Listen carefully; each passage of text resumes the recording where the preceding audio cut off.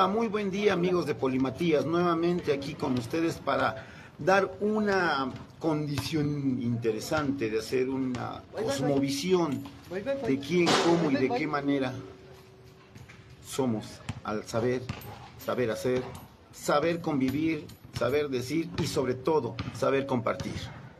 ¿Qué tal amigos de Polimatías? Bienvenidos a una emisión más, a nuestro segundo piloto antes de arrancar en forma este proyecto que bueno, esperemos esté despertando interés y que les guste mucho. Y el día de hoy vamos a realizar una breve entrevista aquí con el buen Chalo, que es un especialista dentro de las cuestiones de la neurociencia, de la psicología y obviamente de cuestiones educativas. Y queremos profundizar un poquito, como lo decíamos en el primer piloto, para explicarles exactamente de qué se trata la circunstancia de la polimatía. En el primer video dabas una breve explicación de lo que es. Entonces, sí quisiera que ahondaras un poquito más en esta circunstancia de la polimatía. Y mi primera pregunta, ahora, la primera pregunta que quisiera que nos explicaras es exactamente cuál es la diferencia entre una persona polímata y una persona que no es polímata, porque acuérdate que hablábamos de gente que se dedica a varias cosas y de ahí el refrán de mucho a poco abarca el que, ¿cómo dice? Eso, ya se me olvidó cómo dice. El que mucho abarca poco aprieta. Exactamente, entonces hay mucha gente por ahí haciendo ese tipo de cosas, pero hay los que sí abarcan mucho y además aprietan bastante. Cuéntanos. Sí, es muy claro, sí, y es bien importante reconocer, porque precisamente hace unos momentos platicando con una amiga de mi hija le hacía el saber que el polímata es alguien que es experto, verdaderamente experto en cada área que realiza. Pues la definición de polimatía no es muy amplia, pero sí es muy concisa y diversificada de acuerdo a cada quien. Pero concuerdan, es que la polimatía es un saber hacer diferentes cosas en diferentes áreas y hacerlas de manera experta, dentro de algunas de las definiciones más aproximadas, pero todas llegan a esto. Entonces, una persona polímata es experta, es decir, si pinta, pinta bien, si baila, baila bien, si toca un instrumento, lo toca excelente. Si trabaja en ingeniería, desarrolla algunas condiciones de ingeniería, las hace sumamente sobresalientes. Esa es la diferencia de un polímata real a una persona como los que son el mil usos o tienen la característica de saber hacer muchas cosas. Porque mucha gente, es más, todos tenemos esa peculiaridad de saber hacer muchas cosas, pero no somos polímatas, porque algunos las hacemos porque nos llama la atención, porque nos gusta, y porque además tenemos diferentes tipos lógicos, es decir, tenemos zonas en las que hacemos cosas muy, muy, muy bien, y otras pues realmente, inclusive, de manera torpe o pésimas, y de repente hacemos otras cosas no tan bien, hacemos otras cosas bien, hasta ahí a secas, hacemos otras cosas sobresalientes. Algo así como que sabemos hacer algo bien y a las otras les echamos ganas. Exactamente. ¿No? Hay muchas que podemos hacer muy bien, pero hasta ahí, muy bien. No es sobresaliente, no es experto, no es notorio que eres una persona que domina ese arte, esa tecnología, ese oficio, esa actividad. Okay. Esa es la diferencia. ¿Nos podrías mencionar algunos ejemplos para que nos pudieran entender un poquito mejor a qué nos referimos con el polímata, la gente que es experta dominando distintas áreas, a diferencia de otros que no? Bien, yo siempre pongo uno muy, muy claro, lo mencioné igual la vez pasada, y es muy sencillo. Hay, sobre todo los albañiles, más allá, algunos plomeros, algunos herreros sí tienden a diversificarse y volverse buenos. Entonces pueden llegar a rasgos polímatas, no ser polímatas. Es una diferencia muy clara, ¿no? Ser polímata es ser, te sale, es natural, vive en ti. Y esto siempre lo ejemplifico con esto. Tú cuando tienes gripa, solo eso, tienes una gripa, no eres gripa, ¿sale? Okay. Pero sí eres amable, eso sí lo eres. Eres amable. Y entonces, cuando eres experto, cuando no, simple y sencillamente puedes desarrollar algo, ¿no? Vaya, hay gente que cose, y cose bastante bien, y pues es experta, pero además borda, pero además trabaja con la máquina. Además hace las otras, bueno, todas esas cosas que hacen las máquinas, el surcido invisible, bueno, no sé, todas esas cosas que les llaman. ¿Pero pues algún ejemplo específico? Es que estas pueden ser, de a ver, es personajes que puedan identificar fácilmente nuestros radioescuchas. A ver, es que estas personas que cosen, tejen, hacen todo este tipo de cosas, pueden llegar a tener una polimatía, es decir, pueden ser polímatas, pero a lo mejor nada más pueden tener rasgos polímatas, porque sí lo hacen, pero no son expertas. Veamos ahí. Ahora va, yo digo, los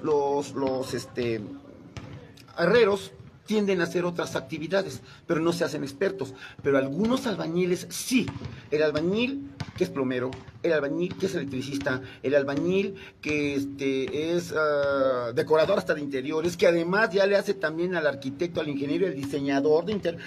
Todo esto lo domina de manera específica porque además tiene, digamos, la habilidad del dominio de la relación espacio-tiempo, tiene una capacidad, ¿sí?, de inteligencia mecánica, distributiva, muy elevada, y entonces eso sí le permite ser polímata en diferentes áreas de esta situación. Ok, perfecto. Ahora, la siguiente pregunta es, si una persona que tiene ciertos rasgos, y estamos hablando de infantes pequeños que se le empiezan a notar cuestiones de habilidades en diversos campos, sería factible la cuestión de que ya vengan con ese rasgo de polímata, o sería mejor darles herramientas adecuadas para que desarrollen ese tipo de campos? A ver, ninguno está peleado en esto, es decir, sí, ya vienen con un paquete, ellos ya traen 5 áreas altamente desarrolladas y nos estamos notando que inclusive el grado de sensibilidad extrema que tienen les permite ser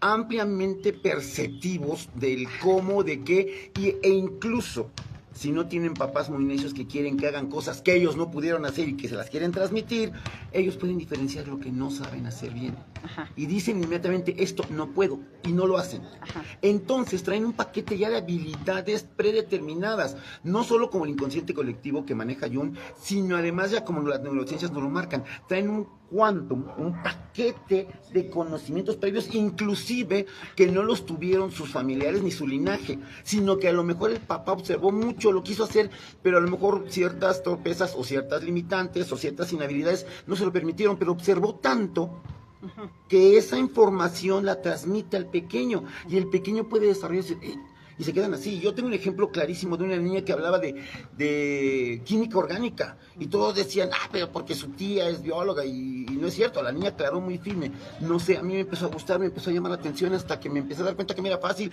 y que incluso yo veía, o sea, en las fórmulas veía y hasta las desarrollaba. Y entonces esto ya, y todos en su familia habían acordado que nadie sabía ni química, ni física, ni nada por el estilo. Entonces, sí, ya vienen, pero ¿qué es lo mejor? Desarrollarlos, o sea, no está peleado la pregunta, o sea, se tiene que estimular. ¿Cómo se estimulan, cómo se desarrollan estas habilidades específicamente?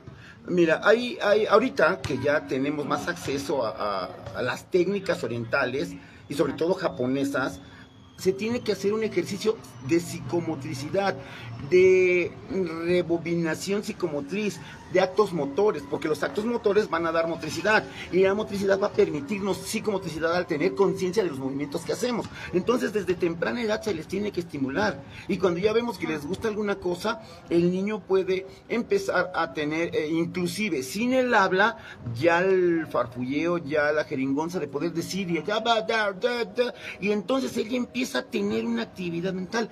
¿Qué se necesita? Estimulación del sonido, con sonido, es decir, darles sonidos específicos, y yo no nada más a estas nuevas generaciones no les podemos introducir nuestras viejas música clásica, el efecto Mozart, las condiciones Beethoven, ya no tanto, porque ellos ya vibran a otra, eso ya es una vibración muy fuerte. Entonces sí, ya tenemos que estimularlos con músicas metálicas, con músicas de percusiones, con músicas de cuerdas, pero con demasiados acordes muy condensados. Es decir, no solo el famoso 440, sino más allá, acordes y megahertz específicos. Esos también, los colores, debemos saber manejar una terapia de color muy interesante. Tenemos que hacer que el movimiento cada vez sea más refinado, que tengan cosas específicas como lanzar y atrapar, que tengan condiciones donde lancen y caigan en un espacio. Hay que hacer una diferencia muy clara. Lanzar y que lo que lanzas caiga en donde tú querías, ese es tener una inteligencia mecánica. Pero lanzar y que atines, eso ya es proceso superior de pensamiento. O sea, la puntería y así muchas cosas. Entonces todo eso tiene que ser estimulado. A partir de que los pequeñitos son, antes de que hablen, es decir, ¿1 año, 2 años? Desde que 6 nacen, de ser meses, posible. etcétera? Ok, de ser posible. Pensemos en niños que están ya en grado escolar un tanto avanzado, quizá la primaria o iniciando la secundaria. ¿Cómo determinar o cómo poder diagnosticar o darnos cuenta si soy su papá, si soy la maestra, de que tiene ciertos rasgos? Y si en estos momentos que ya no tiene 6 meses, es factible dar un entrenamiento específico Claro. para desarrollo. Claro, existen ¿Cómo le dos, hacemos existen para dos etapas en el detectarlo? pensamiento a través de las habilidades. Es Ok. las habilidades básicas de pensamiento y luego son las habilidades superiores de pensamiento. Las habilidades básicas y las superiores son las mismas, nada más que aquí son superiores y aquí son las elementales que se van desarrollando. Entonces, a la aparición de las habilidades superiores de pensamiento, que puede ser desde los 9 a los 12 años, y hacia arriba, ya todo lo que te resta de vida, ahí podemos volver a estimular, porque es el mejor momento, porque ya tuvieron las básicas. Ya. Como sea, bien estimulados, mal estimulados, o sea, ya están ahí.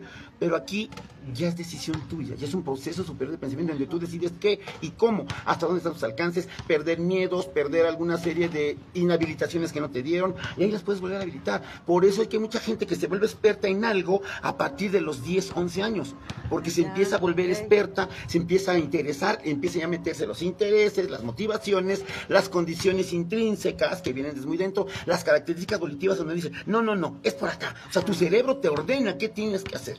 Y eso es a través de tener una amplitud de acción, porque tenemos dispositivos, tenemos papás muy ya, es que mi hijo va a tocar, va a bailar, va a cantar, bla, bla, bla, bla, bla, pero no lo puedes obligar a hacer cosas a las cuales no está determinado. Eso es algo que precisamente... No le gusta, ¿no? Es algo que precisamente nosotros en CAMIS buscamos identificar de manera inmediata. ¿Qué es lo que no sabes hacer? ¿Para qué no eres bueno? ¿Qué cosas te van a estorbar en la vida si las intentas hacer? Eso es lo que hacemos en CAMIS, puesto que es mejor decirte esto no, esto no, esto no, y entonces al tener un campo de hacer lo que sí sabes, solito se desempeña, solito se da. O sea, el que te vuelvas experto en algo, ¿sí?, va a hacer que tengas espontaneidad, y la espontaneidad es el factor, ¿sí?, de movimiento continuo de la creatividad. Entonces, cuando te coartan la espontaneidad, cuando te obligan a ver, mira, enséñale a tu tía lo que aprendiste, enséñale a tu tía el saxofón, entonces ahí le estás coartando espontaneidad. Y en ese cuarteado de espontaneidad, en ese romper la espontaneidad, lo que estás haciendo es que se vuelva una persona quizá disciplinada, quizá ordenada, pero haciendo algo que puede hacer, no que es experto en hacer. Ahí es donde radican las condiciones que tenemos que estimular. O sea, yo sí lo puedo hacer y es más, me puedo volver experto, sí quizá, pero con un algo dentro que no era lo que me agradaba, que no era lo que yo deseaba y que no era lo que me estaba haciendo sentir bien, feliz y realizado, pleno, para ser claros. Exactamente. Bueno, una última circunstancia, ya para cerrar este bloque. El asunto de que muchas veces, demasiadas veces, desgraciadamente, los profesores, las escuelas y los mismos padres de familia no se encuentran capacitados para hacer esto. ¿Qué podríamos recomendarles para que se iniciaran en esta observación tal vez de los hijos, esa observación de los alumnos, o por dónde tendría que haber una guía para los profesores para ayudarlos a estimular a esas personitas que van a tener de manera especial en sus aulas? Necesitamos primero que nada que en el caso de los docentes haya disponibilidad. Las nuevas generaciones, como todas las anteriores, llegan con ganas, con entusiasmo, pero al término de 2 o 3 años, por un sistema que no se está llevando a cabo, y no vamos a hablar de corrupción, pero sí de otras cosas que por ahí están, es decir, tampoco les voy a decir, es decir, se amañan, se vician, y entonces no desarrollan. Y es más, hoy a nivel nacional es triste que a cualquier lado que voy, oiga, traigo este taller para los maestros, traigo este manejo de didáctica y los maestros, no, dicen, es que sabe que ya ni regalados, menos pagados quieren, no quieren pagar cursos. Entonces sí está sucediendo. Y las nuevas generaciones dicen, sí le quiero entrar, pero llegan a un lugar en donde no les permiten, aunque seas mucho mejor o que habilites más cosas, no se da. De hecho, hay una triste estadística de un apenas 22% del magisterio en México que tiene deseos de desarrollar más talentos. Y los demás es por obligación o porque quieren tener un mejor ingreso, que a veces ya no se está dando, porque dicen que ya no se va a dar. Es decir, hay más política que deseos de transformar a... Okay. Ahora pero bien, disponibilidad. la disponibilidad. Ahora bien, esto es en el caso de los maestros. Se les puede hacer alguna idea, podemos llegar a autoridades que digan, sabes qué tienes, que esto es padre, esto te va a servir. Así es. Hay muchos que se están dedicando a saber que el movimiento es fundamental para transformar. ¿Qué hacemos con los papás? Los papás tienen a su hijo y lo quieren y están haciendo lo más que se puede. ¿Qué tenemos que empezar a hacer? Primero, hacerles entender que deben aprender, que hay didáctica para padres, que hay ejercicios que ellos pueden hacer de manera sumamente sencilla, que al principio les va a costar, pero que son sumamente sencillos, y que hay ejercicios que son sumamente sencillos que pueden empezar a hacerlos y empezar a generar algunos microtalleres hasta de 20 minutos, porque los papás, es que es mucho tiempo, no tienen tiempo, o sea, no se lo dan, pues. ¿Camis puede capacitar a los papás? Claro, y de una manera sumamente efectiva. Ha habido ahorita, de hecho, ahorita en estos momentos me voy a Tetela a dar un taller para padres. No los pueden hacer tan seguido, pero bueno, el año pasado también estuve y quedaron fascinados por el hecho de que cosas tan sencillas. Es decir, Camis tiene a los expertos y la habilidad del reconocimiento de cómo es hacer grafopsicomotricidad, cómo es ejercer con una serie de movimientos específicos la mecánica de las habilidades básicas, cómo proporcionar elementos sumamente divertidos para las habilidades superiores de pensamiento. Todo eso es muy interesante, inclusive a muchos les divierte el hecho de gatear, y gatear provee de una serie de condiciones neuromotrices muy interesantes. Entonces, hay ejercicios sumamente sencillos. Hay muchos centros, sí, pero no todos tienen toda la habilidad de manejar programación neurolingüística, de manejar las neurociencias, de manejar la motricidad, la grafopsicomotricidad, los fundamentos claros, ¿sí? De la bioenergética, de la frecuencia del sonido, de la frecuencia del color, de la frecuencia del habla. De todo lo que se requiere, ¿no? ¿Algún número donde se puedan comunicar las personas que están interesadas en pedir alguna asesoría, algún trabajo o lo que sea? Es el 2223 71 67 69, okay. 2223 71 67 69 ¿Y páginas de las redes sociales? Las maneja Difusión Creativa. Ok, bueno, entonces se pueden conectar con nuestra página de Difusión Creativa para que en la parte de abajo, en los primeros comentarios, vamos a dejar los enlaces para que puedan hacer alguna solicitud de asesoría, de entrevista o de algo que sea necesario o crean que es importante para ustedes y para su familia, para sus niños y demás. Y bueno, pues por último vamos a agradecer la entrevista con el psicólogo Gonzalo Morales, que es el especialista precisamente en este tipo de trabajos y que trabaja directamente en Camis. Así y que es. Bueno, pues la última recomendación que yo les dejaría es investíguele un poquito más acerca, no dejen esto en saco roto, porque puede ser que sus hijos, sus primos, sus vecinos o ustedes mismos que nos están escuchando tengan estos rasgos y es importante empezar a desarrollarlos. No importa la edad que tengan, si ustedes están por ese camino, es importante porque no solamente ahorita, sino hacia el futuro, el rasgo de la polimatía, ya sea que sea inherente a nosotros o no, sean rasgos que tenemos que desarrollar por el tipo de trabajo que viene, por el tipo de tecnología que se desarrolla y por el tipo de interacciones humanas que vamos a tener que generar, ya que obviamente estamos hablando de una era tanto actual como próxima y de mucho contacto con la robótica y la inteligencia artificial. Entonces los rasgos de la polimatía, ya sea que lo traigamos inherente, repito, o no, son importantes desarrollar. De hecho, hay demasiados artículos que han salido hablando de que precisamente la polimatía es la herramienta del futuro, sobre todo porque se tienen las bases, es decir, los jóvenes, los niños y personas de 30 por ahí así, tienen la posibilidad de generar polimatías. Entonces, es la herramienta del futuro. Y sobre todo no olvidemos, las inteligencias múltiples nos han dado mucho que investigar y mucho que profundizar. La inteligencia emocional, la inteligencia prosocial y las inteligencias existenciales también nos llevan a ser un excelente polímata, o cuando menos tener esos rasgos polímatas que sí la mayoría de la población tiene. Así es, pues muchísimas gracias, nos despedimos, muchas gracias por la entrevista y bueno, los esperamos en el próximo capítulo de Polimatías. Nos vemos. Hasta luego. Polimatías se va.